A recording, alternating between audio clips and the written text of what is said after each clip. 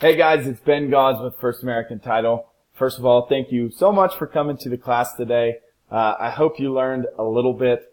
I know about halfway through, after a little bit of technical difficulties, I got a little bit hard to follow, and I think I started to confuse some of you more than I was helping you. So between today and tomorrow afternoon, I'm going to send you a couple different videos.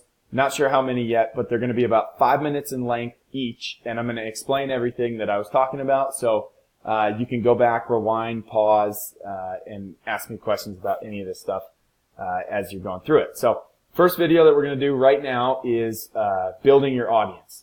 So this drop-down arrow here is going to pull up a bunch of different options, and you're going to click on Create Ads.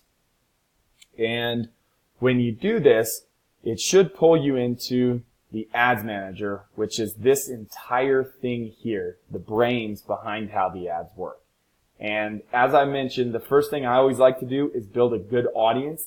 If I have a good audience, I can focus on an ad to target that audience. So that's what I'm going to do right now.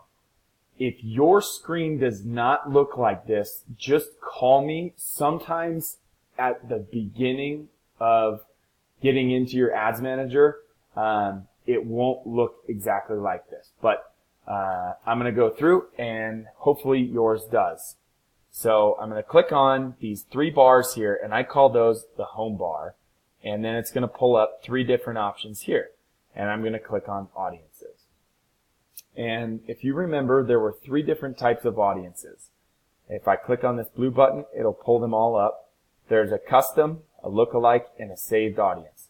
The custom audience was an Excel spreadsheet that you could either upload your own database, you could upload a farm area or anything like that, but I'm not going to focus on that one right now.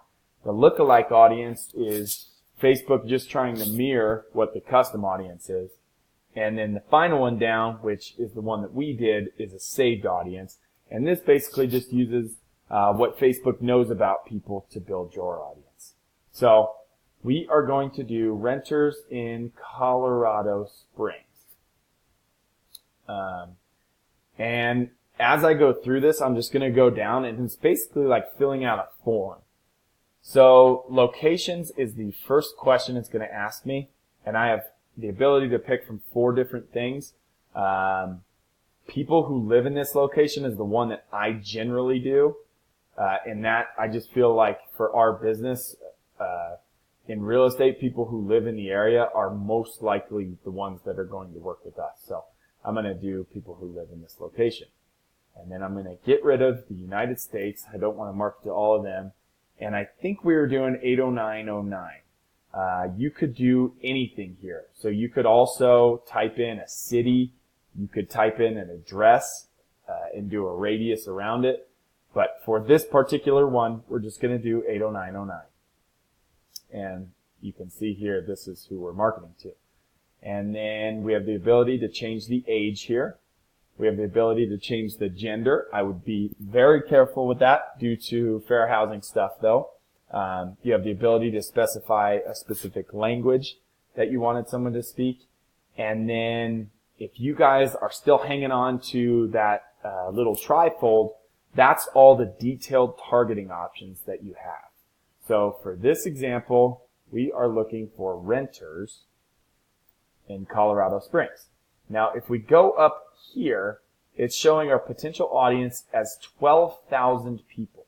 And if you remember, we added in dogs. So here, we're going to go to narrow our audience. And we also want people with dogs. And after I do that, it's going to bring me to that 4,600 number. And that's a pretty good sized audience there. And then the final thing is this exclude button is, let's say I don't want any realtors in the area to see it. So I'm going to put, let's exclude real estate agent. And we're going to exclude that person. So now our ad is being sent to renters who also have an interest in dogs but there are no real estate agents in Colorado Springs in this 80909 zip code. So I hope that explained the audience just a little bit. So now we've basically got the entire audience built here, and the only last step here would be to select Create Audience. I hope that helped a little bit. The next video, I'm going to go into more working with the Ads Manager. So I hope that gives you something to work with tonight. And again, my apologies if I started to confuse any of you towards the middle of the class. I promise I'll get the entire thing up and uploaded and emailed to you so that you can use these ads.